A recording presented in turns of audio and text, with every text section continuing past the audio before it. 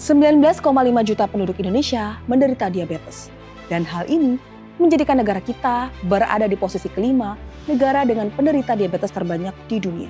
Menurut International Diabetes Federation atau IDF Atlas, edisi ke-10, pada tahun 2021 sebanyak 537 juta orang dewasa dengan kisaran usia 20 hingga 79 tahun hidup dengan diabetes.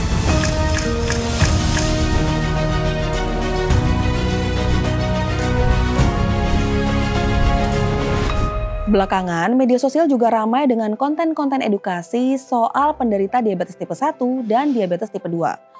Sebenarnya, apa perbedaan dari kedua jenis diabetes tersebut? Jadi kalau diabetes itu sebenarnya ada beberapa macam tipe. Nah, yang paling ngetop memang diabetes tipe 1 dan diabetes tipe 2. Nah, diabetes tipe 1 adalah diabetes di mana pankreas itu, organ yang mengatur gula itu pankreas, di mana ada dua hormon, yaitu insulin yang untuk menurunkan gula, yang kedua itu glukagon untuk menaikkan gula. Nah, kalau pada diabetes tipe 1 itu sel beta pankreas itu tidak mengeluarkan insulin sama sekali.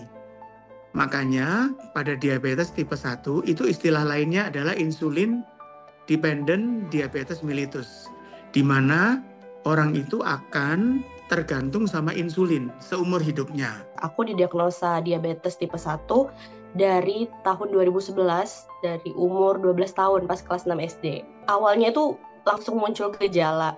Dan untungnya kedua orang tua itu termasuk yang sangat perhatian sama gejala-gejalanya. Salah satunya itu yang paling kelihatan penurunan berat badan yang signifikan. Jadi aku turun 20 kilo dalam waktu 1,5 bulan.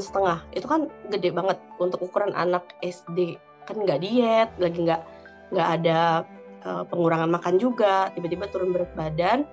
Dan juga tiba-tiba karena aku mungkin masih anak-anak ya, di saat itu tuh hampir setiap malam itu beberapa kali tuh jadi mengompol, jadi sering buang air kecil. Nah itu yang paling mungkin aneh dan kayaknya perlu segera konsul ke dokter. Di luar itu sebenarnya banyak ternyata gejala-gejala lain ya, seperti misalnya ada bekas gigitan nyamuk yang nggak kunjung sembuh. Jadi kayak kalau ada luka sama anak-anak main, dan di sekolah tuh performanya menurun karena sering ngantuk, benar-benar tidur terus di kelas sampai beberapa kali orang tua dipanggil. Jadi dilihat dari semua gejala itu, sampai saat ini belum ada obat yang dapat menyembuhkan diabetes tipe 1. Hal ini karena tipe 1 adalah penyakit autoimun, di mana sistem imun menyerang sel penghasil insulin di pankreas, sehingga insulin harus diganti dari luar tubuh seumur hidup. Lalu, gimana akibat paling fatal yang bisa terjadi pada survivor diabetes tipe 1?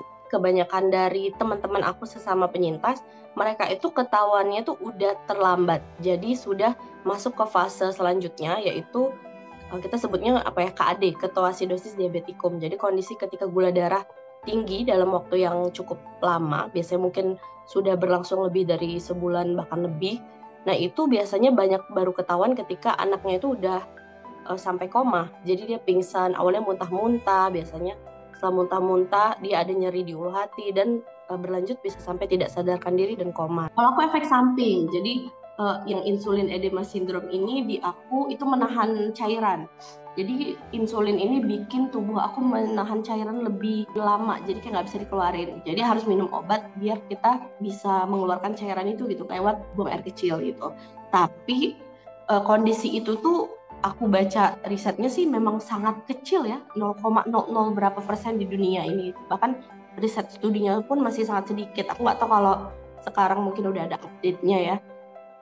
Dan itu tuh treatmentnya hanya pembatasan natrium. Jadi sehari itu nggak bisa natriumnya di atas berapa. Makanya aku tahu banget kalau misalnya aku makan di luar yang emang mungkin lebih asin ya, atau banyak makan makanan kemasan, biasanya ada natriumnya kan di belakang di informasi gizi. Aku tahu nih, misalnya aku makan yang melebihi batas ini, pasti besoknya kaki aku bengkak yang kayak bengkak banget Kak, bengkak kayak orang hamil. Diabetes tipe 1 itu sebenarnya selama dia memakai insulin dengan teratur, dengan arahan dokter, dengan dosis insulin yang tepat, dia tidak gula darahnya tinggi terus, maka dia harapan hidupnya panjang. Jadi diabetes tipe 1 itu tidak terlalu destruktif semenghancurkan diabetes tipe 2 sebenarnya. Aku sebenarnya dari zaman kuliah tuh udah searching sendiri, udah berapa persentase ketika aku punya anak dia akan kena penyakit yang sama. Bahkan aku dari sebelum ketemu jodoh itu tuh udah mencari tahu ada nggak ya pencegahannya. Tapi aku udah mengetahui dulu. Jadi sebelum punya anak kita itu ngitung resiko. Jadi ada rumusannya aku pernah baca. Jadi ketika yang pembawa gennya si ibu itu berapa banding berapa. Dan ketika dia hamil di atas umur 23 tahun, seingat aku dia berkurang perbandingannya. Jadi resikonya ketika dia hamilnya lebih muda itu lebih tinggi resikonya. Jadi ada kayak resiko-resikonya. Ketika hamil di atas 30, naik lagi resikonya. Dia bisa kena. Jadi aku udah ngitung, oh kayaknya aku pasnya punya anak di umur segini, biar resikonya setidaknya paling rendah lah. Dan aku pun mempersiapkan, oke, a worst case scenario kita, Allah titipkan anak yang sama kondisinya sama aku. Aku malah, ya udah gitu. Berarti kan Allah yakin itu yang terbaik untuk aku, dan aku sudah melewati itu loh. Jadi aku pasti bisa jadi the best caregiver untuk anak aku. Di Indonesia, penanganan diabetes tipe 1 merujuk pada standar global. Yang pertama, insulin terapi harian. Yang kedua, monitoring gula darah rutin lewat glukometer. Yang ketiga, pengaturan nutrisi lewat makanan dan menghitung jumlah karbohidrat yang masuk ke tubuh. Yang keempat, kontrol rutin ke dokter spesialis. Yang kelima, penyesuaian gaya hidup dengan tetap olahraga, tidur cukup, dan manajemen stres. Lalu, gimana dengan diabetes tipe 2? Dulu, diabetes tipe 2 identik dengan penyakit orang tua.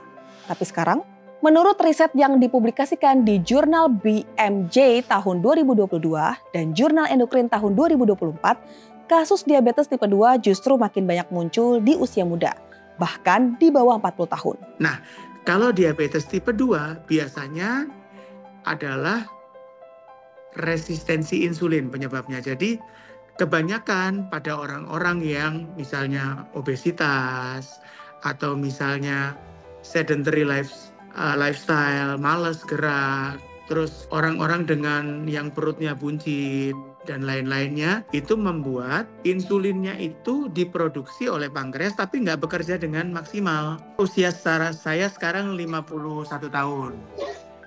51 tahun, saya juga penyintas diabetes tipe 2. Dua-duanya ada faktor genetik sebenarnya. Baik tipe 1 itu memang faktor genetik banyak berperan.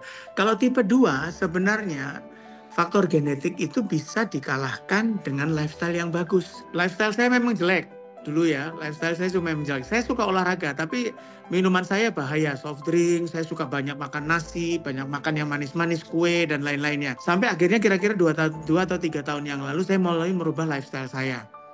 Dengan olahraga, saya ikut nge-gym ya, dengan personal trainer, lalu mengatur gizi ya. Saya mengurangi makan karbohidrat dan saya melakukan intermittent fasting, dan puji Tuhan kira-kira sudah sekitar 1 tahun lebih ya. 1 tahun 9 bulan ini saya sudah remisi diabetes. Jadi gini, kalau untuk kita menentukan bahwa itu kita masuk diabetes atau enggak, itu ada 3 yang harus kita lihat. Yang pertama adalah yang dinamakan gejala klasik. Gejala klasik itu polifagi, polidipsi, poliuri. Jadi sering lapar, sering makan, sering haus. Nah itu gejala klasik yang harus ada. Lalu setelah itu baru kita cek gula darahnya. Nah, pengecekan gula darah itu ada 3 komponen. Yang pertama adalah gula darah puasa. Dikatakan diabetes kalau gula darah puasanya itu sudah di atas 126 mg per desiliter. Atau gula darah acaknya di atas 200 mg per desiliter. Lalu ada yang namanya HbA1c.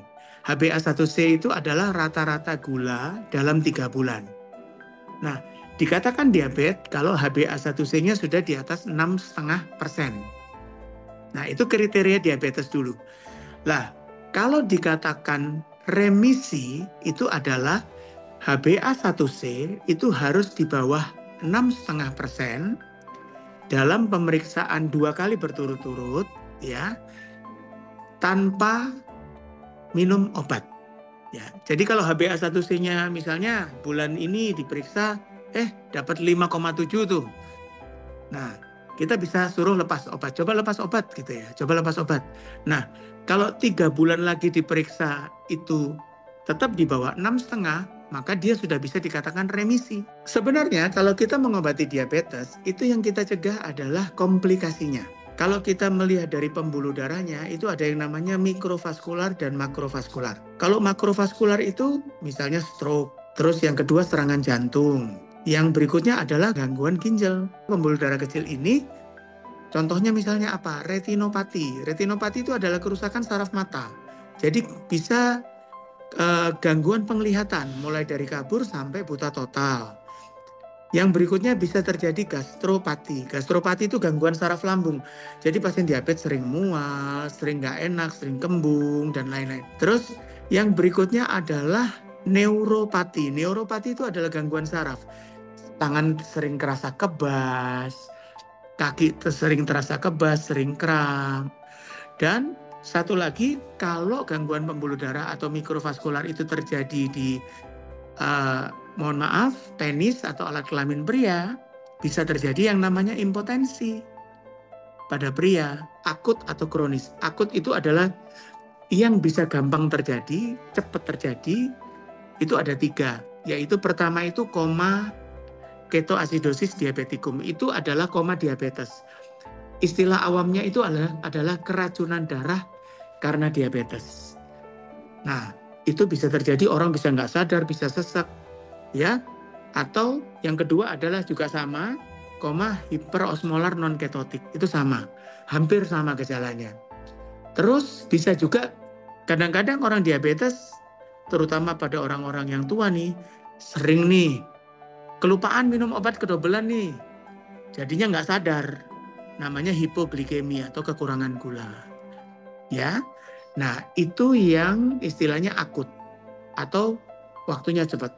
Kalau yang kronis itu dalam jangka waktu yang panjang, sama yang hampir seperti tadi, yang kerusakan mata, retinopati, gastropati, lalu saraf-saraf kaki yang terganggu, itu termasuk kerusakan yang panjang, jangka panjang. Dan ada satu lagi yang kerap sering mengganggu adalah luka di kaki diabetes atau luka di badan atau ulkus diabetes. Kalau ulkus diabetes ini advance-nya atau jeleknya itu bisa terjadi gangren. Gangren diabetes itu adalah kerusakan jaringan, luka yang parah istilahnya akibat diabetes. Menjaga diabetes agar nggak sampai bikin komplikasi bisa ditempuh dengan remisi gula darah. Hal ini dimulai dengan perubahan intens dan konsisten dalam hal-hal seperti yang pertama, kontrol pola makan atau defisit kalori terarah, atau bisa dilakukan dengan pembatasan gula dan konsumsi processed food. Yang kedua, menurunkan berat badan atau jika overweight. Hal ini sangat berpengaruh pada sensitivitas insulin. Yang ketiga, olahraga rutin. Keempat, manajemen stres dan tidur. Yang kelima, rutin minum obat sesuai anjuran dokter. Makan makanan yang lebih bergizi, karbohidrat itu sudah kita atur mulai anak. Jangan biasakan anak kita minum manis. Perkenalkan anak kita dengan olahraga, ikutkan basket, ikutkan badminton, ikutkan renang. Jadi, kita bisa melakukan perubahan dan mencegah diabetes dari sekarang dengan ubah pola hidup lebih sehat.